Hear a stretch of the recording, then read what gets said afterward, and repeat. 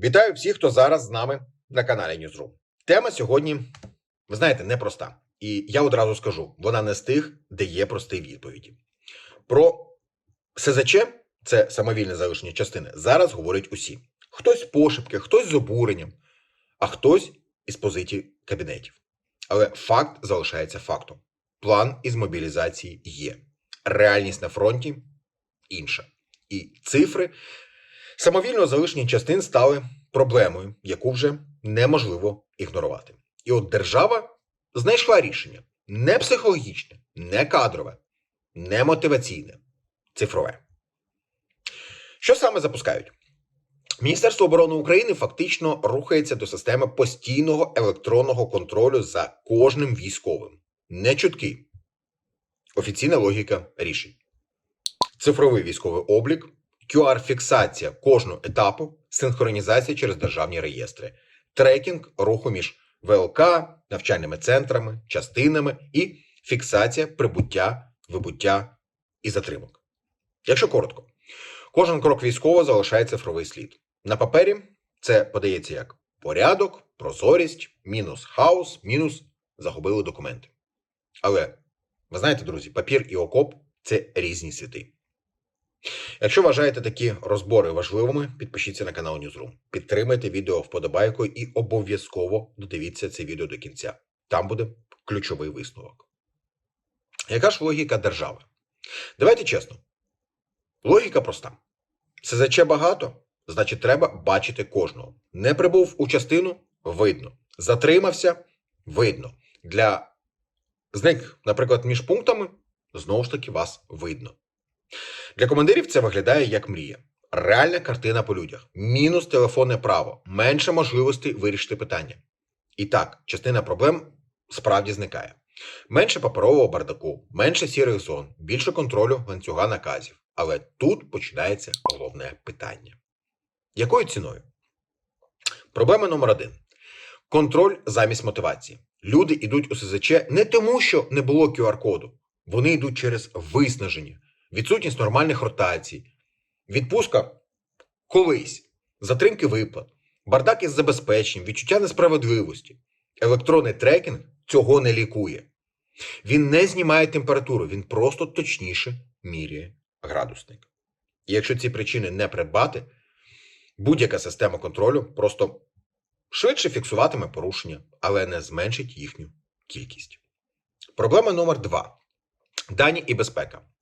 Другий момент, про який говорять дуже мало. Що саме збирає система? Хто має доступ? Хто бачить маршрути? Хто відповідає за витік? У військових тут проста логіка. Якщо мене відстежують, я маю бути впевнений, що разом зі мною не зіллють весь підрозділ. Без чітких правил доступу, без аудитів логів, без реальної відповідальності за витоки. Це все перетворюється на ризик, а не на порядок. І поки що про ці запобіжники говорять дуже якось, знаєте так, загально.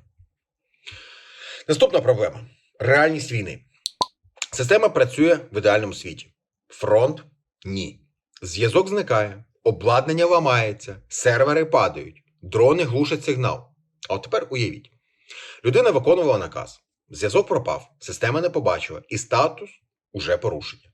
Без офлайн режимів, дублювання підтверджень, можливості швидко зняти помилковий статус. Це створює масові конфлікти між системою і реальністю. До речі, напишіть у коментарях, звідки ви дивитеся це відео, місто чи країна. Це важливо для розуміння нашої аудиторії.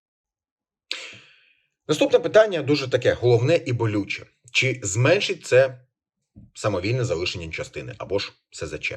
Коротко, частково. Втекти тихо стане складніше. Цифрові сліди залишатимуться всюди. Але якщо не вирішити базові проблеми, з'являться лікарняні без кінця, саботаж процедур, конфлікти навколо сканів, підміна документів. Форма зміниться, а от причина – ні. Що це означає для командирів? Є плюси. Більше управління в реальному часі, прозорі ланцюги наказів, менше домовленостей. Але є й мінуси. Зростання бюрократії, більше відповідальності. Кожен збій видно по хвилинах. Перший рік це буде просто хаос адаптації. Є декілька, знаєте, таких можливих сценаріїв розвитку подій. Перший, він оптимістичний і, до речі, найменш ймовірний. Контроль плюс нормальні ротації, плюс відпустки, плюс виплати, плюс захист даних. Тоді СЗЧ справді зменшується. Реалістичний. Система працює з перебоями, СЗЧ падає трошечки, але з'являються гучні скандали і виправлення на ходу. І поганий варіант. Контроль посилюють, людський фактор і забезпечення не змінюють. СЗЧ трансформується в пасивний саботаж і втрату довіри. Що треба зробити, щоб це все просто не провалилося? Мінімум. Законні права військового в системі. Доступ до власних даних, швидке оскарження помилок, незалежний аудит безпеки, відповідальність за витоки, офлайн-план для бойових умов і головне – зв'язати контроль із винагородами, а не тільки з покаранням. Електронний контроль сам по собі не виліковує СЗЧ. Він лише робить втечу дорожчою і швидше помітною. Армію насправді тримає не QR-код. Армію тримає справедливість, ротації, відпустки, виплати, повага. Якщо це піде разом, це крок до сучасної армії. Якщо ні, це буде ще один електронний батіг. Друзі, якщо ви вважаєте такі розбори потрібними, підтримайте, будь ласка, канал Newsroom.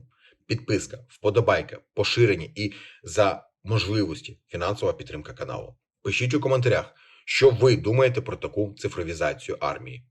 І я дуже дякую вам за те, що ви дивитесь канал Newsroom. Ну а завершу відео вже за традицією, фразою, яку приписують легендарному діду Панасу. От така фігня, малятка, любі хлопчики і дівчатка. Хоча, ви знаєте, можливо, він фразу цю ніколи і не казав, але, як то кажуть, то вже зовсім інша історія. Я щиро дякую всім вам за довіру нашому каналу. Не забудьте поставити вподобайку цьому відео, підписатися на канал, якщо ще не підписані, і підтримати нас копійчиною. Якщо вам не складно, ми були б дуже вдячні за поширення наших відео у соціальних мережах. І вже традиційно. Слава Україні! Слава Силам оборони! І пам'ятайте, що принесло вчора. Живіть сьогоденням і вірте в майбутнє. Своє та України. Нехай щастить, бережіть себе і побачимось тут, на Ньюзрумі.